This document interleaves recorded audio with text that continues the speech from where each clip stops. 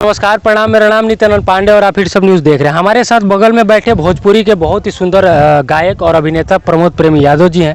सबसे पहले चैनल में स्वागत है भी। बहुत बहुत धन्यवाद आपको भी। आज हम लोग आपके सेट पे हैं, यहाँ गाने का शूटिंग चल रहा है। कौन कौन सा गाना है जो आपका अभी शूट चल रहा है और आने वाला? एल्बम का गाना चला था हमारा शूटिंग। अभी मार्केट में देखा जा रहा है कि आपका एक गाना है जो पियर फराक वाली करके गाना है, काफ़ी ज़्यादा लोभी सॉन्ग हो गया है। अभी 2 लाख तो का रील बन गई और प्रमोद प्रेमी एंटरटेनमेंट से गाना आइल बा। तो गाना के आप सब इतना प्यार आशीर्वाद देने की दिल गदगद हो गया हमार। भैया वो गाना एक बार होके के चाहिए दर्शक खातिर, काहे कि ये भी जे भी दर्शक देखेला वो गानवे सुनेला पहले। अरे मर्द सुना दे बाकी खांसी उसी तो भइल बा थोड़ा। अच्छा वो हो जाए दर्शक। अब कहने का मतलब है कि इंटरव्यू है तो थोड़ा सा होना चाहिए गाना। हर नजर डाली ये भोले बाबा नजर डाली, हमर बनो घर वाली पियर फराक वाली। काफ़ी प्यारा सॉन्ग है। थोड़ा शूटिंग करने जा रहा हूँ। खांसी उसी तो भइल बा थोड़ा। अच्छा वो हो जाए दर्शक। अब कहने का मतलब है कि इंटरव्यू है तो थोड़ा सा होना चाहिए गाना। हर नजर डाली ये भोले बाबा नजर डाली, हमर बनो घर वाली पियर फराक वाली। काफ़ी प्यारा सॉन्ग है। थोड़ा शूटिंग करने जा रहा हूँ। खांसी उसी तो भइल बा थोड़ा। अच्छा वो हो जाए दर्शक। अब कहने का मतलब है कि इंटरव्यू है तो थोड़ा सा होना चाहिए गाना।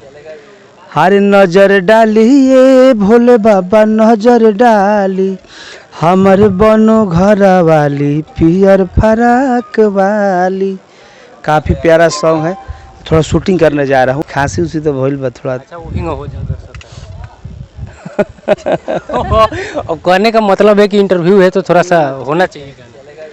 हर नजर डाली ये भोले बाबा नजर डाली, हमर बनो घर वाली पियर फराक वाली।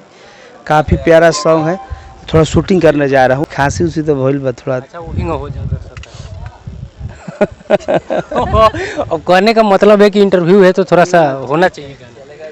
हर नजर डाली ये भोले बाबा नजर डाली, हमर बनो घर वाली पियर फराक वाली।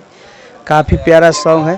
थोड़ा शूटिंग करने जा रहा हूँ। खांसी उसी तो भइल बा थोड़ा। अच्छा वो हो जाए दर्शक। अब कहने का मतलब है कि इंटरव्यू है तो थोड़ा सा होना चाहिए गाना।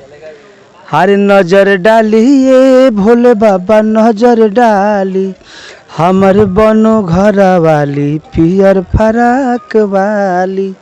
काफ़ी प्यारा सॉन्ग है। थोड़ा शूटिंग करने जा रहा हूँ। खांसी उसी तो भइल बा थोड़ा। अच्छा वो हो जाए दर्शक। अब कहने का मतलब है कि इंटरव्यू है तो थोड़ा सा होना चाहिए गाना। हर नजर डाली ये भोले बाबा नजर डाली, हमर बनो घर वाली पियर फराक वाली। काफ़ी प्यारा सॉन्ग है। थोड़ा शूटिंग करने जा रहा हूँ। खांसी उसी तो भइल बा थोड़ा। अच्छा वो हो जाए दर्शक। अब कहने का मतलब है कि इंटरव्यू है तो थोड़ा सा होना चाहिए गाना। हर नजर डाली ये भोले बाबा नजर डाली, हमर बनो घर वाली पियर फराक वाली। काफ़ी प्यारा सॉन्ग है। थोड़ा शूटिंग करने जा रहा हूँ।